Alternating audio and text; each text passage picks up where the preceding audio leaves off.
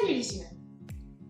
La peur est une émotion désagréable, inconfortable, humaine, tout le monde la ressent, mais elle peut aussi être extrêmement bénéfique. Il existe deux types de peur.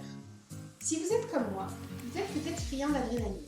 Dans ce cas, vous allez peut-être vous mettre dans des situations un peu dangereuses.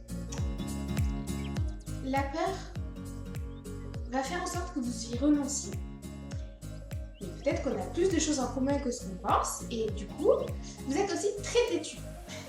Donc vous allez prendre des risques, oui, mais grâce à cette peur, vous allez prendre des risques calculés. Ainsi, vous allez satisfaire les deux parties, soit votre sauvegarde et votre besoin de sensations fortes.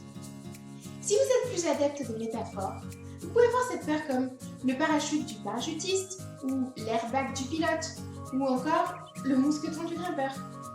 Nous devons donc écouter cette peur, mais il en va de notre survie de lui obéir.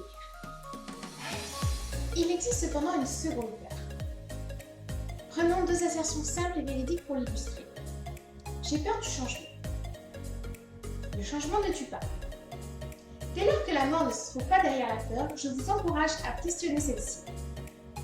Nous recherchons le statu quo pour pouvoir vivre, pas vivre pleinement, juste pour vivre. En général, cette peur nous empêche de sortir de notre zone de confort et combattre contre est souvent plus difficile que simplement de le laisser gagner. Il n'existe pas forcément que deux solutions à un problème. Dans notre cas, combattre contre ou abandonner. Ça fait quelque temps que je ne combats plus contre ma peur, mais avec.